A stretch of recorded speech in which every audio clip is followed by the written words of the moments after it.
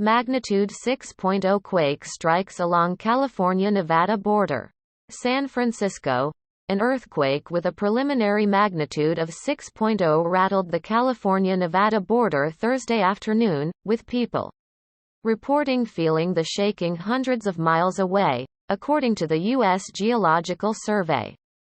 There were no immediate reports of serious damage or injuries.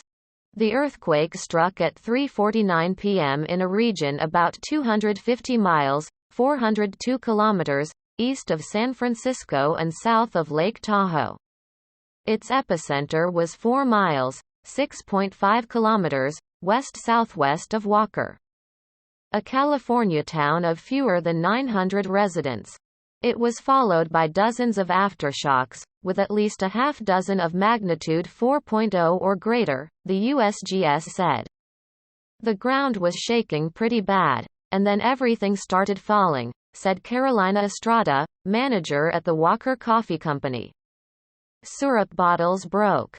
Dishes fell to the ground and the roof of the shop caved in a bit. The shaking lasted 30 seconds or more, she said. We ran out of the building, Estrada said. But the shaking continued, and boulders the size of cars fell onto nearby US 395, she said. Cars were struck by rocks, but nobody was injured, the California Highway Patrol reported.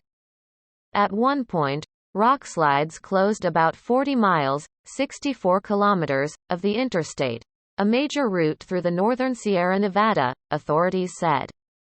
Portions of the interstate were later reopened. But crews remained at the scene in case of aftershocks, according to the California Department of Transportation. In Nevada, Reno City Hall was evacuated, Mayor Hillary Schieve told the Reno Gazette Journal. It shook pretty good, Schieve said. Communities all around Lake Tahoe and as far south as Fresno, California, felt the earthquake, which had a depth of 6 miles, 9.8 kilometers. It also was felt as far away as Las Vegas. The epicenter was near the Antelope Valley Fault. The earthquake was the largest one recorded since a magnitude 6.1 earthquake struck the area in 1994. The quake was a classic normal faulting earthquake for Eastern California, and aftershocks were common in the region, seismologist Lucy Jones tweeted. People in the area should expect aftershocks for days following an earthquake of this size, said Jason Ballman with the Southern California Earthquake Center at the University of Southern California. Reports of damage or injury might not be available for days because a lot of the shaking was felt in remote areas, Ballman cautioned. Preliminary reports had indicated 2 earthquakes striking 25 seconds but 100 miles, 161 kilometers, apart.